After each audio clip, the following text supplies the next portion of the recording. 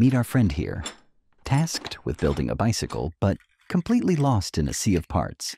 Wheels, gears, pedals. Where does he even start? But what if there was a way to turn this mess into a clear step-by-step plan? That's where the work breakdown structure comes in, the ultimate tool to break down any project.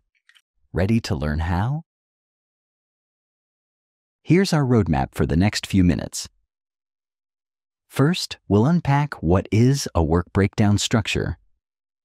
Then we'll look at how a WBS is structured. We'll also dive into the crucial 100% rule that makes a WBS effective. And most importantly, we'll explore why you should care about creating a WBS for your projects. So, what exactly is a WBS? Let's break it down together. According to the Project Management Institute, PMI, a WBS is a deliverable-oriented hierarchical decomposition of the work to be executed by the project team. Let's break that definition down by using a bicycle example. Deliverable-oriented means it focuses on what will be delivered, the results. The bicycle in our example.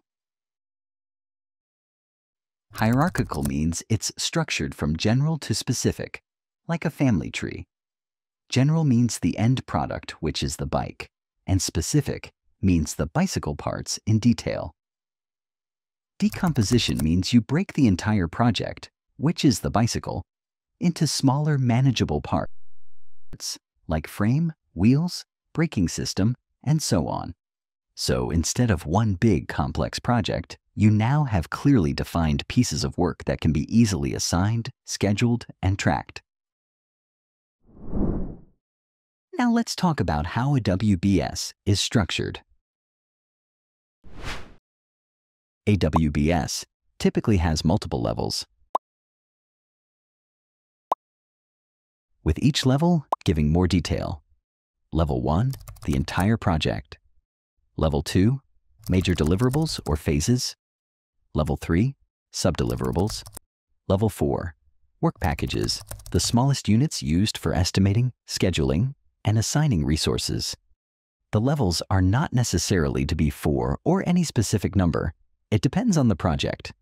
Each element is assigned a WBS code, like 1.0, 1.1, 1.2, 1.3, and so on, to track relationships and maintain control. Let's illustrate the WBS using our bicycle project. This is level 1 of our WBS, the complete bicycle, our project final deliverable. At level 2, we break it down into major components, the frame, wheels, and drivetrain. Let's zoom in on just the wheels. At level 3, we further decompose the wheels into spokes and tires. We can go even deeper. But for simplicity in our lesson, let's stop here. Again, the WBS should cover all the parts of the project, but I decided to stop here for simplicity. Let's highlight the golden rule of creating WBS, which is 100% rule. It means the WBS must capture 100% of the project scope. Nothing more, nothing less. It's like saying, if I have all these parts assembled correctly, I will definitely have a complete working bicycle. Nothing missing, nothing extra.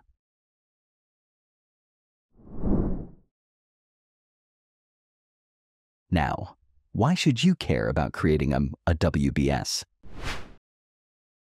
First, clarity.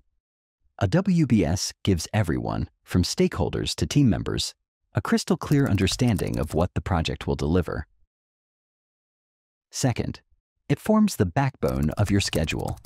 Each work package becomes activities on your project timeline. Third, accurate budgeting. When you estimate costs for each small component and roll them up, you get a more reliable total than trying to guess the cost of the entire project at once. It makes assigning responsibilities straightforward. Sarah handles the frame, Miguel takes the wheels, and so on. And finally, risk management becomes targeted. you can identify specific risks for each component rather than vaguely worrying about bicycle construction problems. Let's take a moment to recap what we've covered. Our friend isn't lost anymore. He's got a clear roadmap, a solid structure, and every piece in its place. That's the power of the work breakdown structure. It takes the chaos of a complex project and turns it into clarity, control, confidence. Whether you're managing a simple build or a massive project, WBS is your foundation. So, subscribe, follow, and share, and break down your next project with confidence. Good luck!